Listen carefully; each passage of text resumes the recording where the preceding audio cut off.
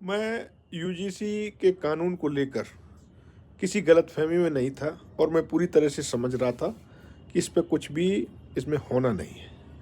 और अंततः इस देश के सुप्रीम कोर्ट ने यूजीसी कानून पर रोक लगा दी। अब कम से कम एक बात हो गई कि मोदी जी दक्षिण में जो चुनाव हो रहे हैं वहाँ चिल्ला के कह लेंगे कि मैं इस देश के बैकवर्ड एससी के लिए यूजीसी कानून लाया, और इसके आगे ये नहीं बताएंगे कि सुप्रीम कोर्ट ने उस पर क्या किया। खैर, कोई भी कानून इस देश में कभी भी जो स्थिति चल रही है, किसी शोषित को, किसी दबे कुचले व्यक्ति को कोई न्याय दिलाने की स्थिति में नहीं है। इस देश में सबसे बड़ा कानून तो संविधान है।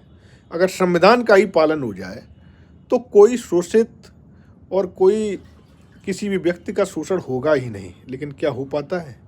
इसके बाद इस देश में आरटीआई आई। आरटीआई का कितना पालन हो गया? इस देश में महिलाओं के लिए विशाखा कमेटी बनाई जाती हैं। विशाखा वर्सेस राजस्थान का एक गाइडलाइंस थी, उस पर एक कानून बनाया गया है। कहाँ उपयोग होता है?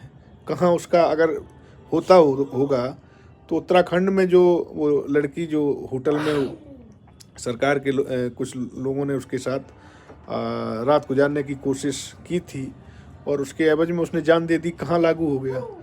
कानूनों से कुछ होने वाला नहीं है। सच्चाई ये है कि इस देश की व्यवस्था इतनी जकड़ी हुई है, इतनी जंजाल में है कि जो किसी शोषित व्यक्ति को, किसी दबे कुचले व्यक्ति को न्याय दिलाने में लगभग असहाय है, नगण्य है, उसका कोई मतलब नहीं है। एक आध मामला कोई बहुत हाईलाइट हो जाता है जिसमें पूरा देश खड़ा हो जाता है, देश भर के नेता वहाँ पहुँच जाते हैं, देश भर की मीडिया उसको कवरेज देती है, बहुत सारी ऐसी चीज़ें होती हैं।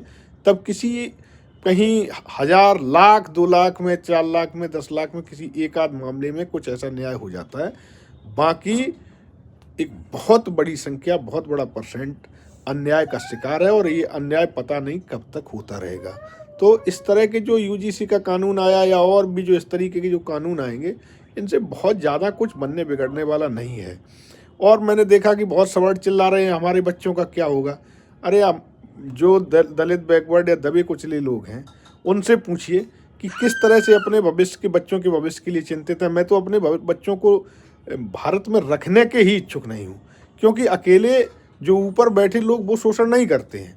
जिसके हाथ में जहाँ व्यवस्था है, वो इस तरह की व्यवस्था पूरे देश में बनी हुई है कि बाकी दूसरों को कुछ मिलने देना ही नहीं चाह रही। इसके लिए अकेले ब्राह्मण या पंडित या गुनाहगार नहीं है। इस देश की पूरी व्यवस्था ही वैसी डल चुकी है, जो जहाँ हावी है वहाँ से किसी दूसरे को कुछ